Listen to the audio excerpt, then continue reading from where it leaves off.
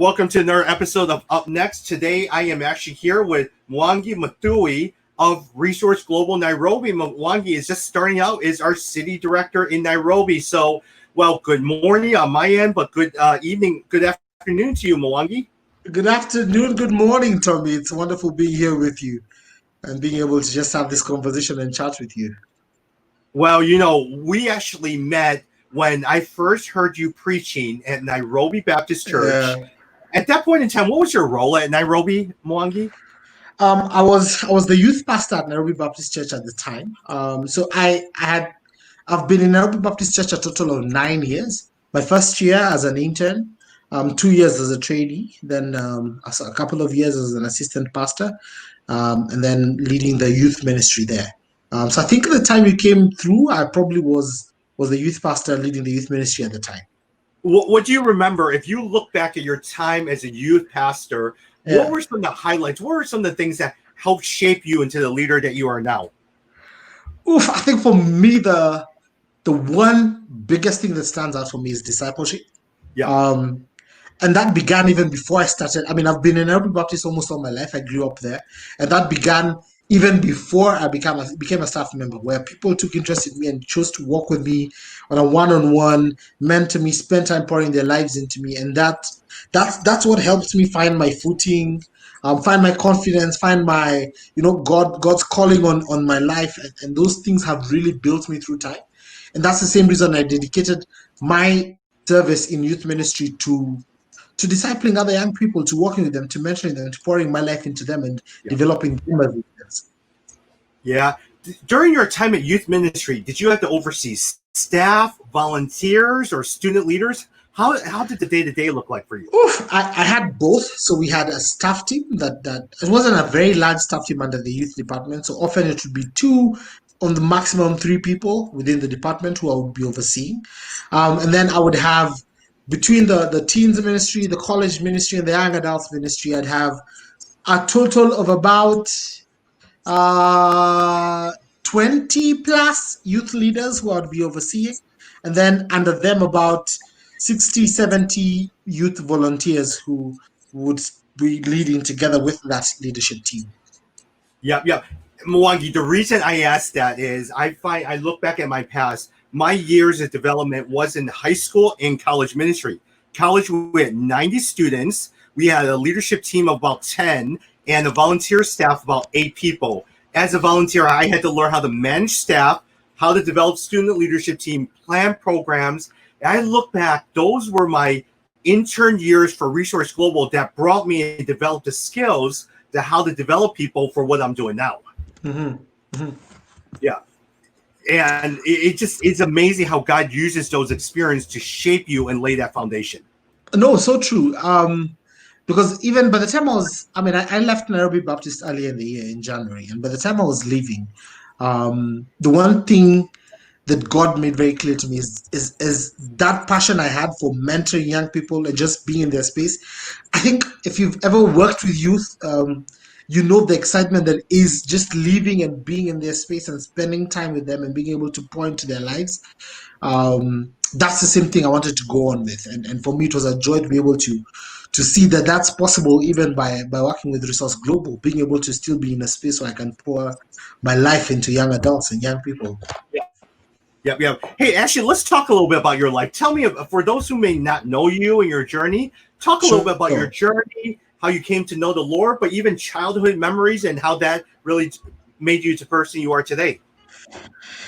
I was born into a Christian ministry family.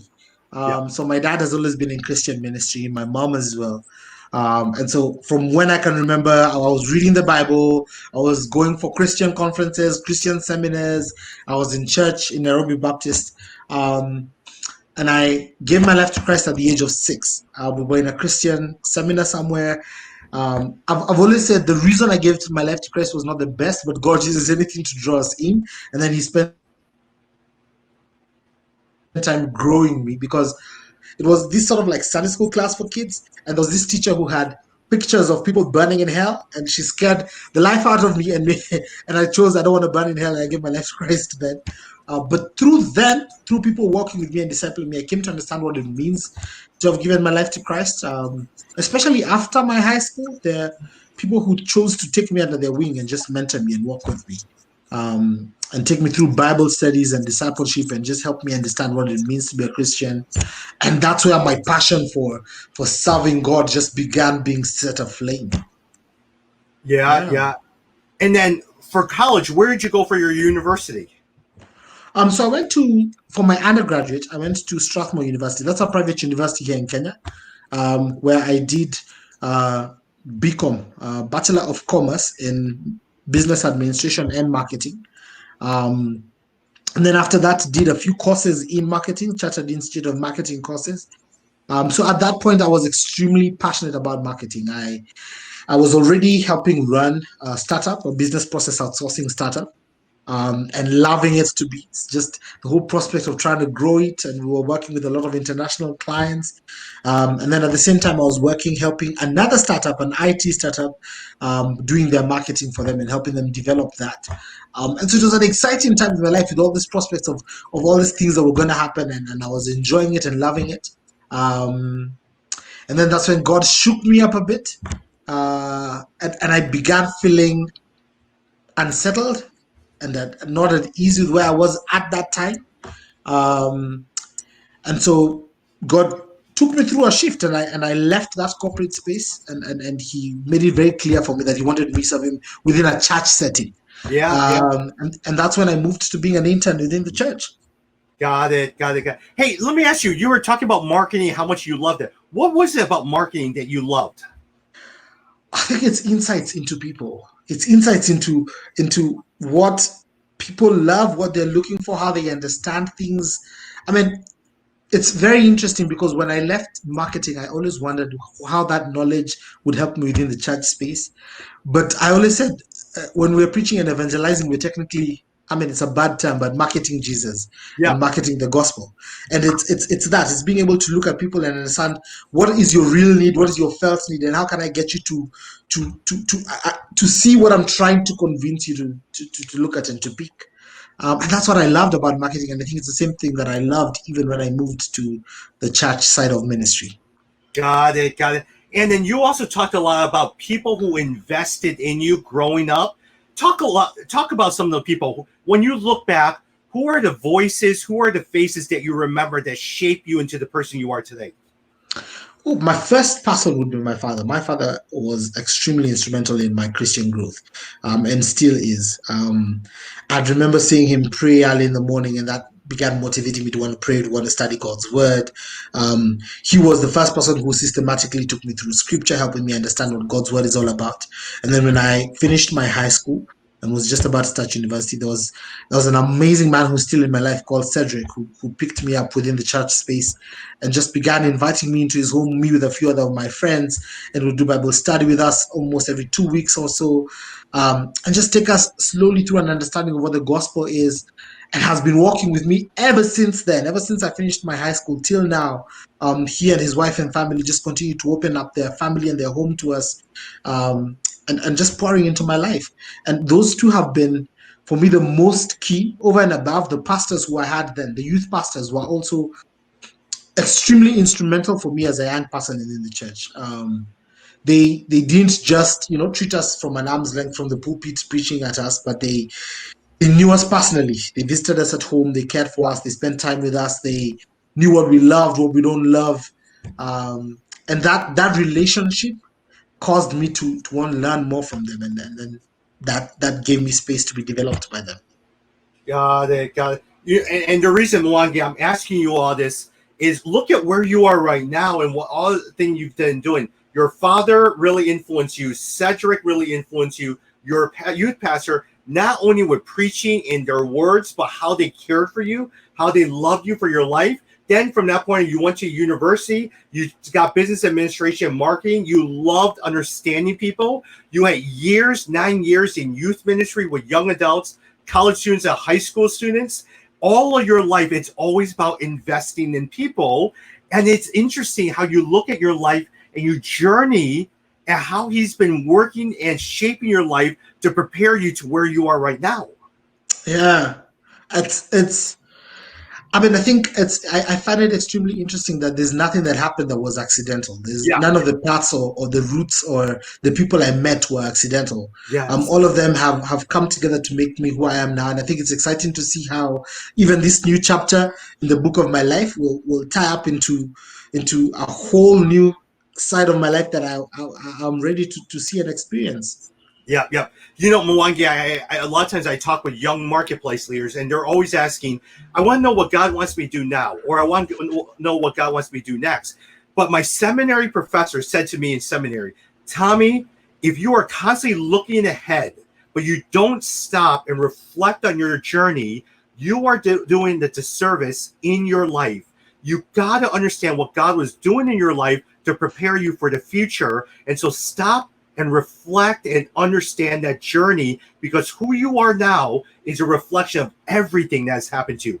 I have never forgotten those words. Mm, mm, mm. I think it's so true. I think we often get caught up in wanting to know the future so that we can control it. Um, but sometimes the past holds way more wealth for us than even the knowledge of the future would.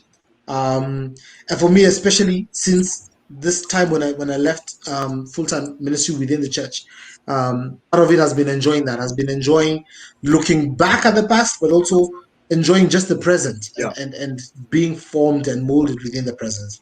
Hey, let me ask you a weird question is, you Sure. look back at your life, what mistakes in your life have you made that has shaped you into the person you are today? You look at failures and mistakes that you've made. What are some of those lessons that you've learned? I think they I would put them into several categories. The first would be I think I regret not committing to serving God early enough. Um, and I think about where my life would have been now. So I mean, I was always a Christian, but I was very passive for a large part of my youth. So in high school, I never spent much time serving God. In fact, I barely got involved with anything to do with Christianity. And I look back at that as time that I will never get back that I could have used pouring into other people's lives.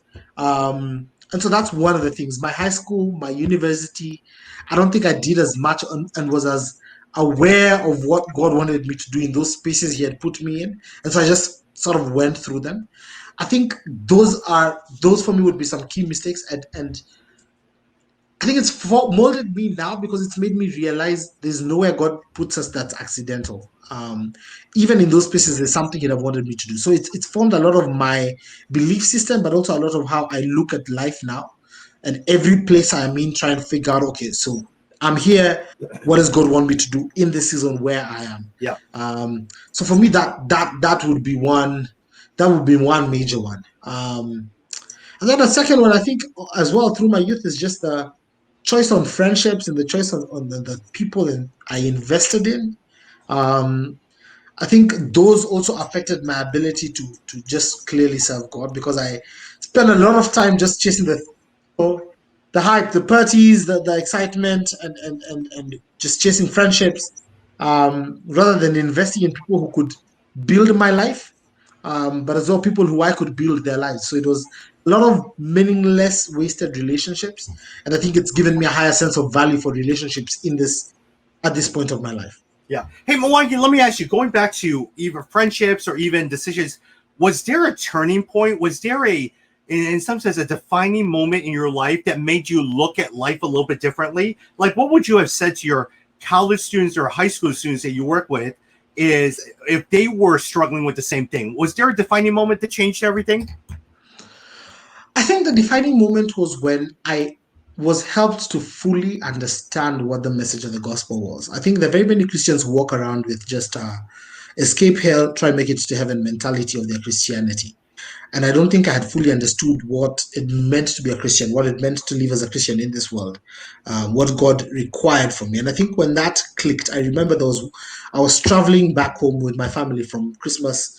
We had gone up country, spent Christmas with my extended family, and I was in the car, and for some reason, I was looking out the window, just thinking about the Christmas story, and it hit me like a freight train. And I remember tears beginning to pour down my eye, down my face and my cheek. And just the reality of the magnitude of what Christ had done for me and what Christianity meant versus how I was living my life. I think it just dawned on me at that point. And that was the turning point for me. I think realizing what it meant for me, it changed everything in my life because I realized there was no more wasting time. My life was meant to be lived for God in whichever space I am in. And that's when the turning point came for me. We're talking with Mwangi Muthui, our new city director at Resource Global Nairobi. Hey, Mwangi, as you worked and served with a lot of the young people at Nairobi Baptist Church or even the city of Nairobi, what are the young people in Nairobi struggling with today? What is their framework? How are they thinking? If you had to design an approach, how do you reach out to this young generation today?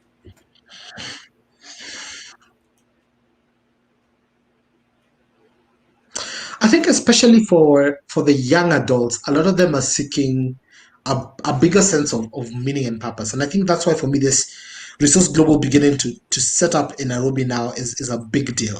I think a lot of them are trying to find the bigger picture. They are existing in a space that does not just allow them to exist for just working or just making money. They seem to have a sense of there's more. There has to be more that's out there for them. There has to be a bigger reason behind everything they're doing. Um, and I see a lot of young adults chasing that and unfortunately trying to find that the answer to that in a lot of things that don't give that answer.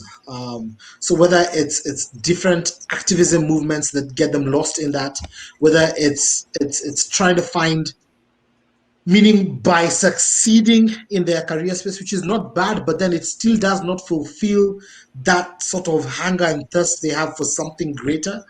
And so I think having someone to just help tie in, especially for the Christians who are young Christians in the marketplace, just helping them tie in how God has a bigger reason for them being where they are, a bigger calling for them being where they are, and just helping them see how that ties in. I think there's never been a more ripe moment to do that than now. Got it. Wonderful. And what's the best way, even as you worked in with the young adults and all that, is it through gatherings, face-to-face gatherings, you think in the future? Is it through events or conferences? How do you best do that? Or is it smaller groups? What were some of the best things that you were able to do that? I think any person who can create a space for real relationships to happen will win.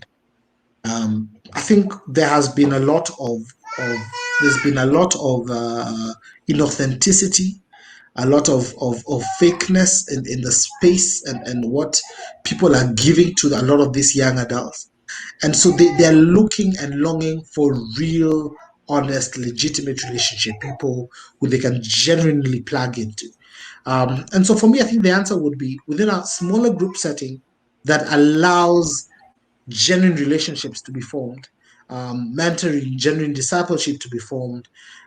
That's when we'll begin to see genuine change. I think there have been multitudes of conferences and seminars and gatherings, and they're not bad, but at a point, someone needs to work with them to help them see how to live out all these things they hear and see around them. Just help them figure out how to live it out on a day to day. Yep. Perfect. Hey, by the way, I hear a child in the background. Tell us a little bit about your family. So I'm married, 8 years this December. We have two wonderful children. Firstborn daughter who turns 3 later this month. Her name is Tugi. And then we have a 5-month son whose name is TJ.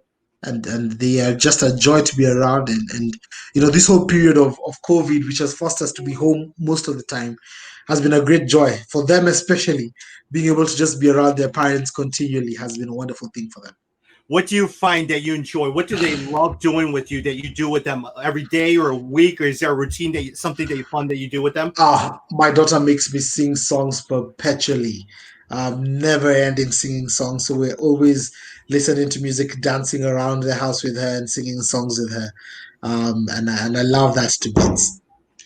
Yeah. Hey, it looks like she's on there. Let's see her. So this is my daughter Tuki. Say hi, Tuki. Hi there. She's feeling shy and running away. So that's my daughter Tuki. Mwangi, I have a 5-year-old and I have a 1-year-old, both girls, so I totally understand the world that you live in. Yeah. Yeah. Hey, as we're getting to know each other, you are just joining the family of Resource Global. And the hope is that all of us as leaders from Nairobi, from Singapore, from Austin, from Jakarta, Malaysia, Chicago, we're growing a network where we're learning from each other. We're honoring each other. We're really be able to work on ideas together. And I'm hoping that for all of us, we'll learn a little bit of what's happening in Nairobi and learn from what you're doing there. True. I think Nairobi is an exciting space. I think many people and many corporates are realizing just how exciting and ripe it is. Just all you need to do is take a look at the amount of investment from the corporate side in the hotel industry, in the real estate industry, in the number of corporates setting shop here. I think many people are realizing just how equipped and amazing the current young adult space is, and the potential they have for Yeah. just propelling things. And I think having someone like Resource Global come in the middle of that to be able to tap into whatever is just about to explode in the city and cause it to explode in a line for God that transformed the city. I think it's an amazing opportunity. It's the right time. For people who may not understand about Nairobi, let me ask you a couple of quick questions. Sure. When on the U.S. side, we refer to Nairobi as the Silicon Valley of Africa. Why? What does that mean to you? So what happened is about 10 years ago, for some reason that the tech space began blowing up here. I think the increase in internet connectivity and mobile penetration and internet penetration was immense, and that caused the space for app development just to explode. And so people began setting up all this number of startups around the tech space, and Nairobi is full of a lot of tech startups. But the second thing that happened that I think was instrumental to that was our mobile payment platform called Yeah. M-Pesa also exploded, Yeah. and so that tied into the development of tech, just caused this space to begin flourishing, and so Nairobi became a hub for a lot of tech development, for Africa, but even globally. And so you find a lot of expatriates moving in to begin tapping into that space, but a lot of people also beginning to develop from this side. And it's just been amazing to see how that has grown and is continuing to grow. I mean, there was a time the government was about to even invest in a completely large tech city, just slightly outside of Nairobi. And so I think everyone from government to investors, to the people here themselves, just are aware of the potential within the space that is there now. Yeah. Yeah. Also, a lot of times when you work with a lot of the young adults or college students, are more and more students staying in Nairobi for university, or are they going outside of Nairobi for university? More and more are staying. More and more are staying. I think the development of our universities, especially propelled by the increase in the number of private universities that forced even the standard in the public universities to go up a notch, has meant that other than for some exclusive courses that you cannot get here, people are beginning to realize that they can get a good quality education that is Good. appreciated here. And Yeah. the corporate space is actually beginning to prefer hiring Yeah. people who have been educated here because they not only have the knowledge, but are able to have their hands and feet on the ground and be able to see how to apply the knowledge they have within this context and this space. So you're finding less and less people needing travel, but also less and less corporates who are looking for people who are coming in from outside the country, but instead looking for talent locally. Very good. Last thing, what excites you about Nairobi? When you look at your city, what excites you? What encourages you? I think it's the culture and the people. Nairobians are amazing people, fun-loving people, very warm, open people, and then the city in itself has a warmth to it. Um, and so for me, it's that it's an amazing place to live and be. And I think just with the right kind of leadership can move to an extremely different level altogether. So for me, it's the culture, the people, the warmth, the sense of community, the society, the vibrancy of the youth within the space. The art space is another one that is just completely growing. Music, arts, I mean, Nairobi is one of those places where you can find almost anything and everything. And so you almost get a bit of a sense of a developed city, yet you still get a bit of a sense of nature, and a corporate world, and it's meshed all these things together, and it's just an amazing place to be in. Yeah. Mwangi, I am looking forward to getting to know you and having the rest of our cities get to know you as well too. In the future, you're going to be creating gatherings. You're going to be creating online gatherings, in-person gatherings. We've talked about you starting a podcast, interviewing leaders, and I mean, there's just so many ideas. And I look forward to having you interview people, but more so, you are quite the preacher. So I'm looking forward to introducing you to all of our cities, especially with your love of expository preaching. Oh man, I'm excited. I'm excited to meet the whole team. I'm excited to hear stories. I recently got a chance to catch up with Yu King from Singapore, and that was amazing just to hear the stories there. So I'm excited to meet the whole team, get to know what's happening in the larger Resource Global family, and be able to be part of what's happening in the different parts of this world. Everyone, I really want to take some time out to introduce you to Mwangi Muthui and his family and have you guys get to know him because he is going to be very critical in what's happening in global cities around the world. And so thank you so much for taking time out to talk today. Thank you so much for having me, Tommy. It's an amazing pleasure to have talked to you and caught up with you today. Thank you. For more information on Resource Global, go to resourceglobal.org. That is resourceglobal.org. Thank you so much, and we'll talk soon, Mwangi. Thank you, Tommy. Bye. Bye-bye.